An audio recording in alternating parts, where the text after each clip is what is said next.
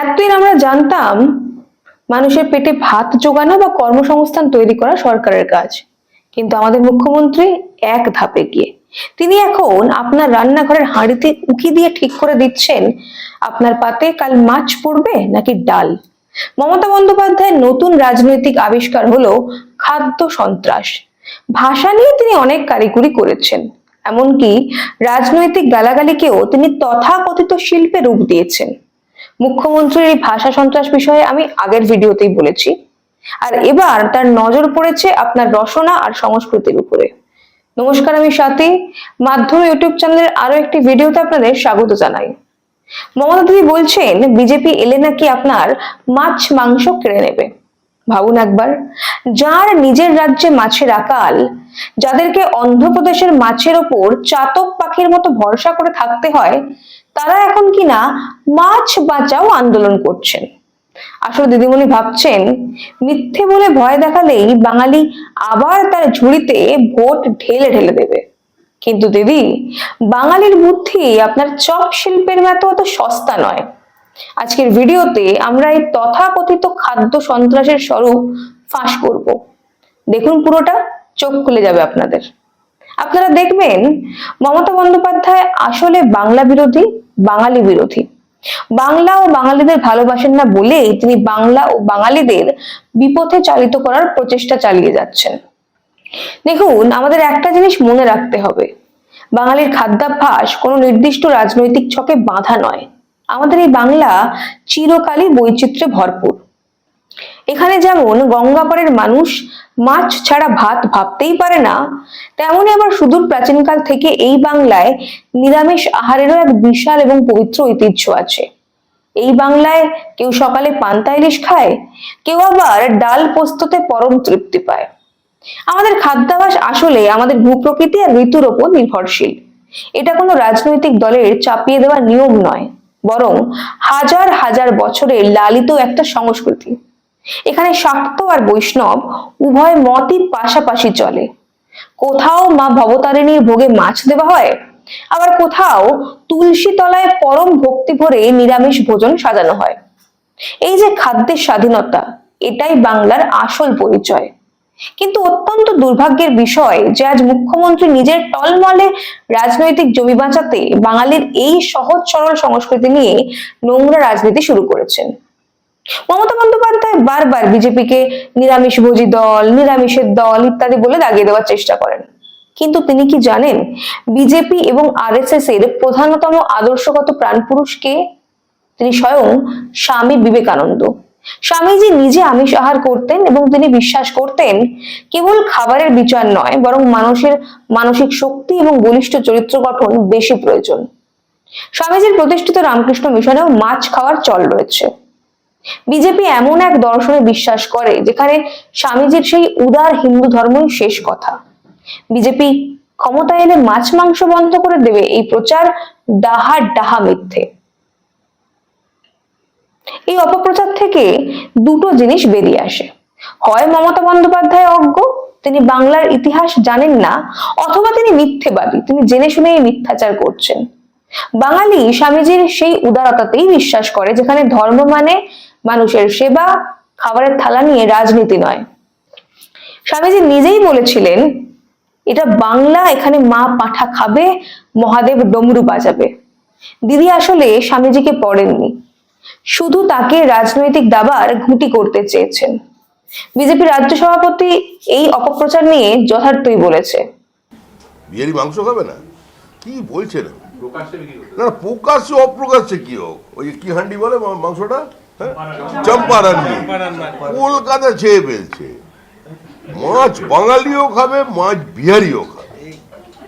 ওখানে ওরা চম্পারণ মিট খাওয়া হবে আমাদের, আমরা ওদের কচি পাটা ঝোল খাওয়াবো। বিবেকানন্দ বলে গেছে মা কালী পাঁটা খাবে, বাঙালি পাঁঠা খাবে, বিহারি পাঁঠা খাবে। কেউ আটকাতে গেলে ভেঙে গুঁড়িয়ে দেবে। কে কোথাকার কোন অফিসার বলে যে আমরা দরকার এখান থেকে লোক পাঠিয়ে দেবো। মমতা বন্দ্যোপাধ্যায় প্রচার করেন যে যারা মাছ খায় না তারা নাকি বাঙালি নয়। তার এই কথা কি কোটি কোটি বাঙালির জন্য চরম অপমানজনক নয়? আমাদের বাংলায় কত বড় বড় ধর্মীয় পন্থা রয়েছে, ইসকন রয়েছে, শ্রী শ্রী অনুকূল ঠাকুরের অনুসারী বা সৎসঙ্গী রয়েছে, এমন কোটি কোটি মানুষ এই বাংলায় বাস করেন যারা কঠোর নিরামিষাশী। তাহলে মমতা বন্দ্যোপাধ্যায়ের যুক্তি অনুযায়ী এই মানুষগুলো বাঙালি নন? তাহলে তারা কি এই মাটির সন্তান নন? নিজের ক্ষমতা টিকিয়ে রাখার জন্য মমতা বন্দ্যোপাধ্যায় আজ বাঙালির মধ্যেই বিভাজন তৈরি করছেন। বাংলায় শ্রী চৈতন্যদেবের অনুসারীরাই সাধারণত নিরামিষাশী। তাহলে এবার কি হবে? শ্রী চৈতন্যদেব কি বিজেপি ছিলেন, নাকি তিনি বাঙালি ছিলেন না? কোনটা? নোংরামির একটা সীমা থাকা উচিত। শুধু হিন্দু ধর্ম কেন, তিনি কি জানেন না বৌদ্ধ সন্ন্যাসীদের কথা? গৌতম বুদ্ধ অহিংসার বাণী দিয়েছিলেন, কিন্তু অনেক বৌদ্ধ সন্ন্যাসী আজও আমিষ গ্রহণ করেন। দলাই লামার মতো বিশ্ব নেতা তো একটা সাক্ষাৎকারে স্পষ্ট বলেছিলেন মাংস খাওয়া তার একটা বড় দুর্বলতা। Then about the taking meat. Here, there are sort of some kind of contradictions, but in Vinaya, no prohibition eating meat. One time I discussed this sort of subject with one monk from Sri Lanka many years ago. He mentioned Buddhist monk, neither vegetarian nor non-vegetarian. Whatever he get, should accept. So that's the principle. So then Tibetan case, I think practically some of the remote the northern part of Tibet, no vegetable. Grows, yeah. So very difficult. অথচ অন্যদিকে আবার দেখা যায় জৈন ধর্মাবলম্বী যারা রয়েছেন তারা চরম নিরামিষাশী। ভারত তথা বাংলার সৌন্দর্যই হলো এই বিচিত্র মতের সহাবস্থান। কিন্তু মমতা বন্দ্যোপাধ্যায় মানুষকে ভুল বুঝিয়ে আর বিভেদ ছড়িয়ে নিজের গদি বাঁচাতে চাইছেন। মমতা বন্দ্যোপাধ্যায় মুখে শুধু মাছের কথা বলেন, কিন্তু বাংলার মৎস্যজীবীদের জন্য তিনি গত এক দশকে কি করেছেন? প্রধানমন্ত্রী মোদীজি পরিসংখ্যান দিয়ে দেখিয়ে দিয়েছেন একসময় মৎস্য উৎপাদনে পশ্চিমবঙ্গ সারা ভারতে 1 নম্বরে ছিল। আর আজ মমতার জামানায় কি অবস্থা? আজ বাঙালির পাতে মাছ জোগাতে হয় অন্ধ্রপ্রদেশ বা ওড়িশা থেকে আমদানি করে। এটা কি বাংলার গর্ব, বাঙালির গর্ব, নাকি মমতা প্রশাসনের চরম ব্যর্থতা? মমতা বন্দ্যোপাধ্যায় বাংলার মৎস্য বাণিজ্যকে কার্যত সিন্ডিকেট রাজের হাতে তুলে দিয়েছেন। অথচ দেখুন বিজেপি শাসিত রাজ্যগুলো যেমন গুজরাট বা মহারাষ্ট্র, এই রাজ্যগুলো মৎস্য রপ্তানিতে ভারতকে আজ বিশ্ব মঞ্চে নেতৃত্ব দিচ্ছে। মোদীজি কথা দিয়েছেন বাংলায় বিজেপি ক্ষমতায় এলে নীল বিপ্লব বা ব্লু রেভলিউশনের মাধ্যমে পশ্চিমবঙ্গ আবার মৎস্য উৎপাদনে দেশের শীর্ষে উঠে আসবে। আধুনিক হিমঘর, কোল্ড চেন প্রযুক্তি আর সঠিক পরিকল্পনার মাধ্যমে আমাদের জেলেরা আবার তাদের হারানো সম্মান ফিরে পাবে। यहाँ बंगाल में मछली की इतनी डिमांड है, लेकिन बंगाल मछली पालन में अब तक आत्मनिर्भर नहीं है। आज भी बंगाल अपनी जरूरत के लिए मछली दूसरे राज्यों से मंगानी पड़ती है। अपने 15 साल के शासन में भी टीएमसी आपको मछली तक नहीं दे पाई है, वो भी बाहर से लानी पड़ रही है। और ये टीएमसी की दुर्नीति का उदाहरण है। बंगाल में बीजेपी की डबल इंजन सरकार बहुत जरूरी है। डबल इंजन सरकार बंगाल को फिशरीज में, सी फूड में आत्मनिर्भर बनाएगी। साथियों, मछुआरों को जो पहले कभी नहीं मिलता था, वो बीजेपी सरकार ने दिलाया है। फिर फिशरीज का अलग मंत्रालय बीजेपी ने बनाया। आजादी के इतने दशकों के बाद फिशरमैन परिवार, ब्लू इकोनॉमी, इन सब के लिए दशकों बाद पहली बार हमारी सरकार ने फिशरीज मंत्रालय अलग बनाया, मिनिस्ट्री बनाई। इतना ही नहीं, अलग बजट रिकॉर्ड बजट दिया है बीजेपी ने।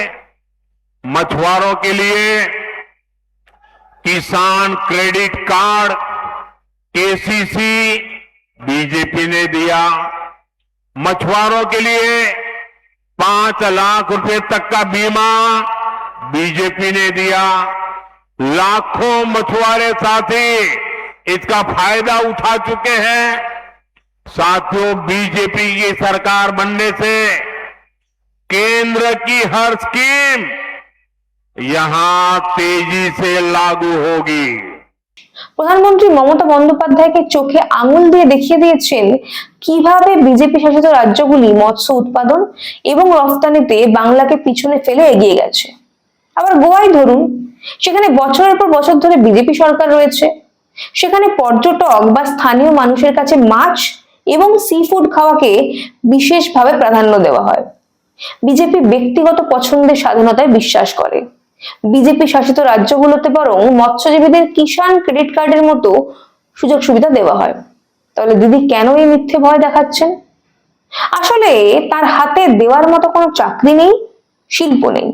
তাই তিনি বাঙালির পাতের মাছ নিয়ে রাজনীতি করে মানুষকে বিভ্রান্ত করতে চাইছেন। মমতা বন্দ্যোপাধ্যায় আসলে উন্নয়ন আর দুর্নীতির প্রশ্নের উত্তর দিতে না পেরে এখন বাঙালির আবেগকে হাতিয়ার করছেন। নিজের মসনদ বাঁচাতে তিনি আজ গোটা বাঙালি জাতিকে বিভ্রান্ত করছেন। আমরা কি খাদ্য সন্ত্রাস সহ্য করব? বাংলার মানুষ কি তার এই বিভাজনের রাজনীতির শিকার হবে? নিজেরা বিচার করুন আর আমাদের কমেন্ট করে জানান। আজ এই পর্যন্তই, দেখা হবে পরের একটি ভিডিওতে। ততক্ষণ পর্যন্ত সঙ্গে থাকুন, দেখতে থাকুন মাধ্যম।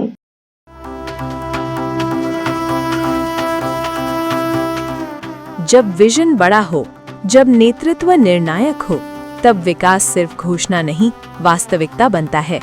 आज महाराष्ट्र उसी वास्तविकता को जी रहा है। प्रधानमंत्री नरेंद्र मोदी के आत्मनिर्भर भारत के संकल्प ने भारत को वैश्विक निवेश का सबसे भरोसेमंद केंद्र बनाया है। दुनिया की बड़ी अर्थव्यवस्थाएं आज भारत में अवसर देख रही हैं, और उस अवसर का सबसे मजबूत स्तंभ है महाराष्ट्र। उद्योग, निवेश और निर्यात के क्षेत्र में महाराष्ट्र लगातार देश में अग्रणी राज्य रहा है। चाहे औद्योगिक उत्पादन हो, चाहे विदेशी निवेश आकर्षित करना या फिर इंफ्रास्ट्रक्चर की मजबूती, महाराष्ट्र ने कई राज्यों से आगे निकलकर अपनी अलग पहचान बनाई है। दावोस 2025 में महाराष्ट्र ने 15.72 लाख करोड़ रुपए के निवेश समझौते कर नया रिकॉर्ड स्थापित किया। ये केवल कागजी समझौते नहीं हैं, इनमें से 80% परियोजनाएं क्रियान्वयन के चरण में है, जो भारत में सबसे अधिक है। यही महाराष्ट्र की कार्य संस्कृति है, घोषणा से जमीन तक की तेज यात्रा। मुख्यमंत्री देवेंद्र फडणवीस के नेतृत्व में नई औद्योगिक नीति 2025 लागू की गई। स्पष्ट दिशा, सरल प्रक्रियाएं और निवेशकों के लिए स्थिर वातावरण के साथ राज्य का लक्ष्य है 16 लाख नए रोजगार सृजित करना। हर जिले में उद्योग, हर युवा के लिए अवसर। 36 plug in play MSME park तैयार किए गए हैं, जहां भूमि, बिजली और आधारभूत सुविधाएं पहले से उपलब्ध हैं। उद्योग शुरू करने में अब कोई अनावश्यक देरी नहीं। मैत्री 2.0 पोर्टल AI चैटबॉट के साथ अनुमतियों की प्रक्रिया को पूरी तरह डिजिटल, पारदर्शी और तेज बना रहा है। प्रधानमंत्री नरेंद्र मोदी का विजन, मुख्यमंत्री देवेंद्र फडणवीस का नेतृत्व और महाराष्ट्र की उद्यमशील ऊर्जा मिलकर बना रहे हैं एक नया औद्योगिक भविष्य। महाराष्ट्र, निवेश का विश्वास, विकास का भविष्य।